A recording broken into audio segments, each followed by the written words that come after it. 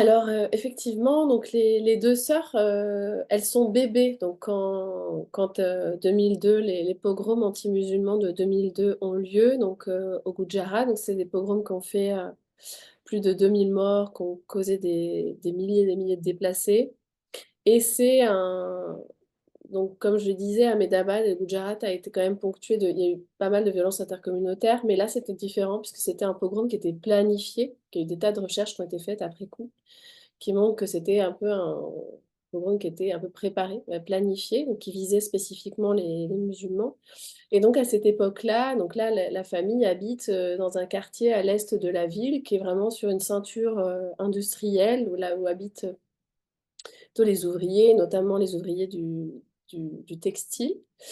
Et donc, ils habitent dans une petite, ce qu'on appelle une housing society, donc c'est un groupement de petits immeubles où habitent que des musulmans autour, donc ils sont dans un quartier hindou. Donc, en 2002, les violences ont lieu beaucoup aux zones de frontières, quoi, entre les communautés. Donc là, c'est le cas pour cette famille.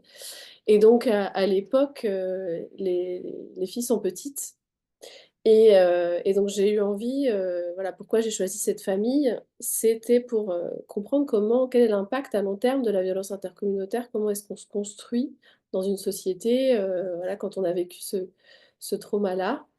Et donc le contexte, voilà, la difficulté que j'ai eue, c'est que je voulais faire un film plutôt politique, donc sur cette question, là. Mais les sœurs n'étaient pas du tout politisées et on parle pas de politique à la maison puisque voilà, les blessures sont encore, là. Le père parle assez peu à ses filles de politique. Il les protège beaucoup en fait de tout ça. Et donc moi en tant que réalisatrice, j'avais un petit peu cette difficulté, OK, comment est-ce que je vais faire pour raconter au présent une histoire quand même politique, mais par un biais très intime?